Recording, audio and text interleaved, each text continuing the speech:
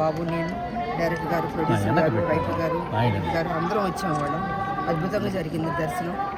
So అందరూ 18వ తారీఖు April 18 ఈ సినిమా చూసి Arjun son of Vyjayanthi release అవుతుంది. సో చిన్న ఈవెంట్ చేసుకున్నాం ఇక్కడ. దానికంటే పెద్ద ఈవెంట్ స్వామివారి దర్శనం. సో ఆయన దర్శనం చేసుకొని ఆయన ఆశీర్వాదం తీసుకొని మేము ముందుకు రాబోతున్నాం. మీరందరూ మమ్మల్ని ఆదరిస్తారని మనస్ఫూర్తిగా కోరుకుంటున్నాం.